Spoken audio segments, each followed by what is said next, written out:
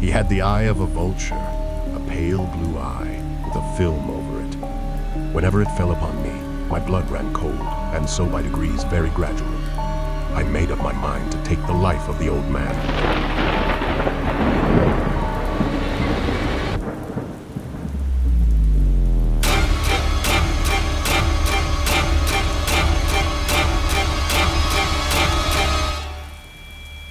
Just at 12, I looked in upon him while he slept. Upon the 8th night, I was more than usually cautious in opening the door. So, I opened it. You cannot imagine how stealthily, until, at length, a single dim ray, like the thread of the spider, shot from out the crevice and fell full upon the vulture eye. True.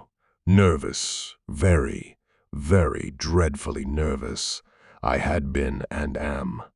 But why will you say that I am mad? The disease had sharpened my senses, not destroyed, not dulled them. Above all was the sense of hearing acute. I heard all things in the heaven and in the earth. I heard many things in hell. How, then, am I mad? Hearken and observe how healthily, how calmly I can tell you the whole story. It is impossible to say how first the idea entered my brain, but once conceived, it haunted me day and night. Object, there was none. Passion, there was none. I loved the old man. He had never wronged me. He had never given me insult. For his gold I had no desire. I think it was his eye. Yes, it was this. He had the eye of a vulture, a pale blue eye with a film over it. Whenever it fell upon me, my blood ran cold, and so by degrees, very gradually, I made up my mind to take the life of the old man.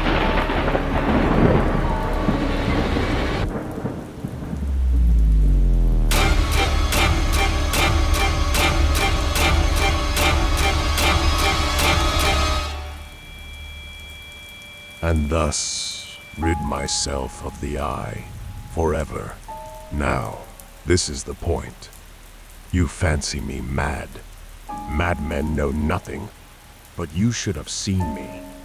You should have seen how wisely I proceeded, with what caution, with what foresight, with what dissimulation I went to work. I was never kinder to the old man than during the whole week before I killed him. And every night, about midnight, I turned the latch of his door and opened it oh so gently. And then, when I had made an opening sufficient for my head, I put in a dark lantern, all closed, so that no light shone out. And then I thrust in my head. Oh, you would have laughed to see how cunningly I thrust it in. I moved it slowly, very, very slowly, so that I might not disturb the old man's sleep.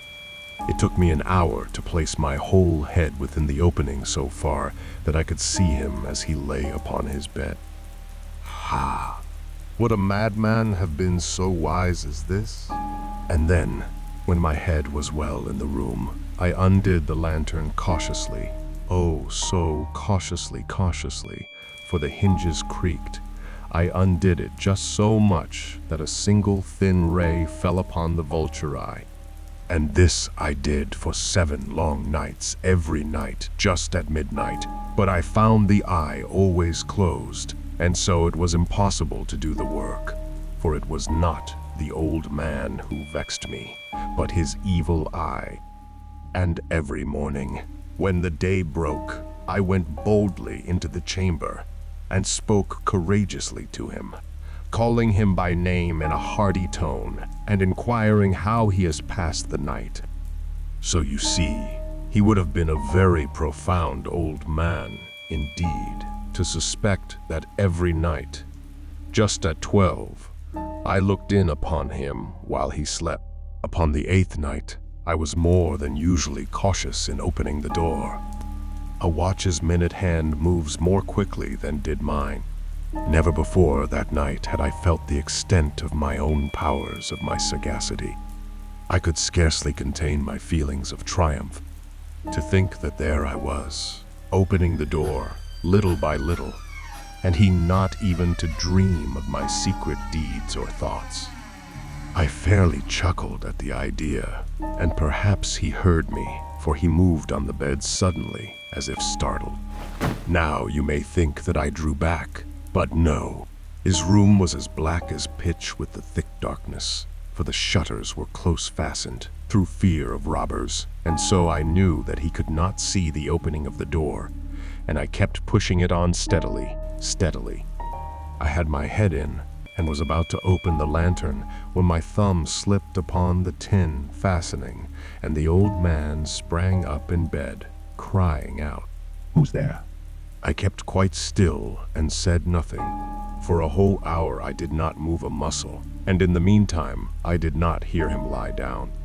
He was still sitting up in the bed, listening, just as I have done, night after night, hearkening to the death watches in the wall. Presently, I heard a slight groan, and I knew it was the groan of mortal terror. It was not a groan of pain or of grief. Oh, no. It was the low, stifled sound that arises from the bottom of the soul when overcharged with awe. I knew the sound well. Many a night, just at midnight, when all the world slept, it has welled up from my own bosom, deepening, with its dreadful echo, the terrors that distracted me. I say, I knew it well. I knew what the old man felt, and pitied him, although I chuckled at heart. I knew that he had been lying awake ever since the first slight noise when he had turned in the bed. His fears had been ever since growing upon him. He had been trying to fancy them causeless, but could not. He had been saying to himself, "It is nothing but the wind in the chimney. It is only a mouse crossing the floor. It is merely a cricket which has made a single chirp."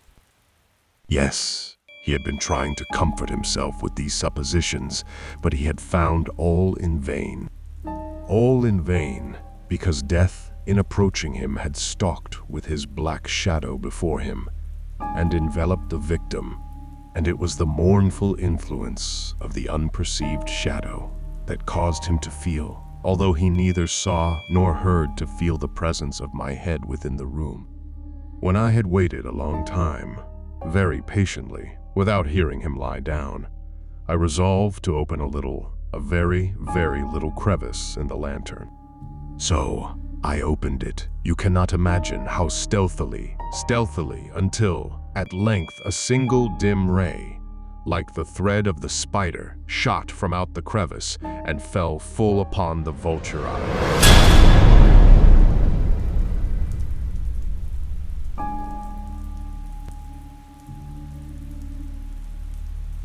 It was open wide open, and I grew furious as I gazed upon it. I saw it with perfect distinctness, all a dull blue, with a hideous veil over it that chilled the very marrow in my bones. But I could see nothing else of the old man's face or person, for I had directed the ray as if by instinct, precisely upon the damned spot. And have I not told you that what you mistake for madness is but over-acuteness of the senses? Now, I say, there came to my ears a low, dull, quick sound, such as a watch makes when enveloped in cotton. I knew that sound well, too. It was the beating of the old man's heart.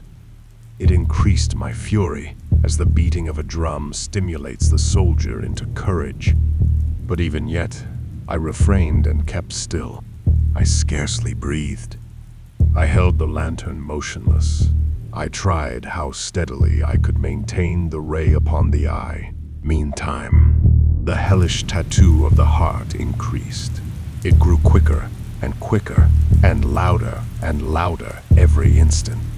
The old man's terror must have been extreme. It grew louder, I say, louder every moment. Do you mark me well? I have told you that I am nervous, so I am. And now, at the dead hour of the night, amid the dreadful silence of that old house, so strange a noise as this excited me to uncontrollable terror. Yet, for some minutes longer, I refrained and stood still, but the beating grew louder, louder. I thought the heart must burst. And now a new anxiety seized me. The sound would be heard by a neighbor. The old man's hour had come. With a loud yell, I threw open the lantern and leaped into the room. He shrieked once only. In an instant, I dragged him to the floor and pulled the heavy bed over him.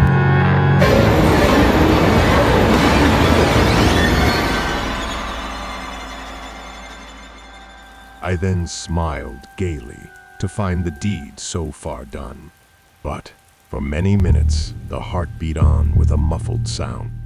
This, however, did not vex me. It would not be heard through the wall. At length it ceased. The old man was dead. I removed the bed and examined the corpse. Yes, he was stone dead. I placed my hand upon the heart and held it there many minutes. There was no pulsation. He was stone dead. His eye would trouble me no more. If still you think me mad, you will think so no longer when I describe the wise precautions I took for the concealment of the body. The night waned, and I worked hastily, but in silence. First of all, I dismembered the corpse. I cut off the head and the arms.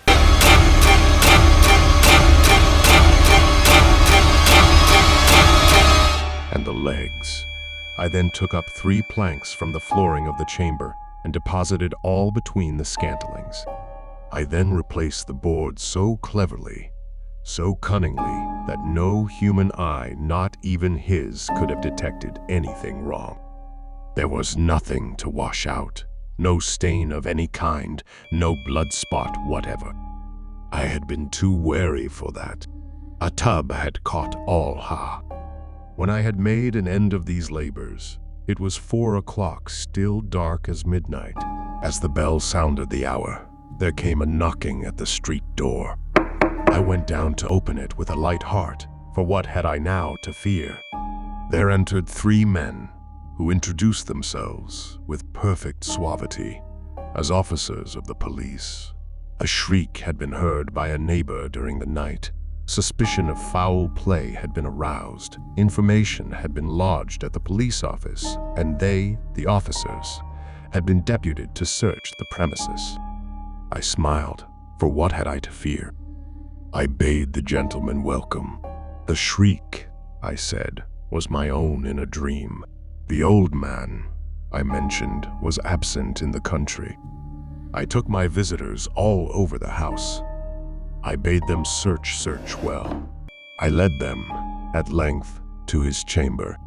I showed them his treasures, secure, undisturbed. In the enthusiasm of my confidence, I brought chairs into the room and desired them here to rest from their fatigues, while I myself, in the wild audacity of my perfect triumph, placed my own seat upon the very spot beneath which reposed the corpse of the victim. The officers were satisfied. My manner had convinced them. I was singularly at ease. They sat, and while I answered cheerily, they chatted of familiar things. But, ere long, I felt myself getting pale and wished them gone.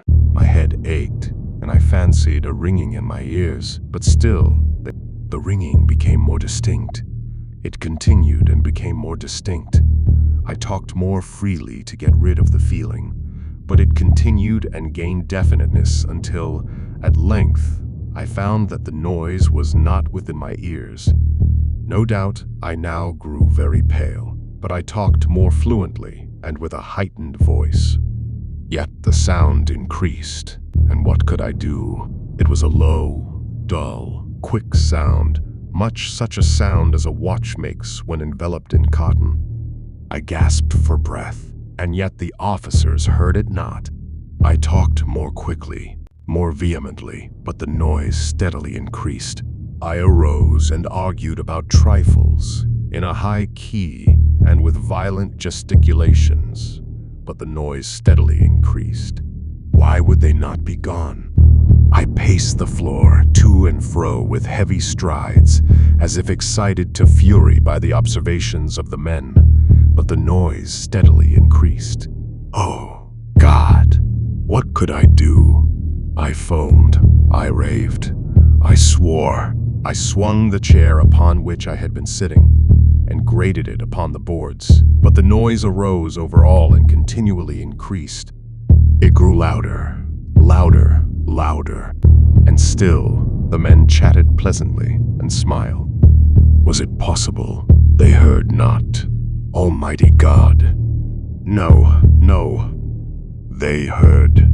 They suspected. They knew. They were making a mockery of my horror. This, I thought, and this, I think. But anything was better than this agony. Anything was more tolerable than this derision. I could bear those hypocritical smiles no longer. I felt that I must scream or die. And now again. Hark! Louder, louder, louder, louder. Villains! Dissemble no more. I admit the deed. Tear up the planks. Here, here. It is the beating of his hideous heart.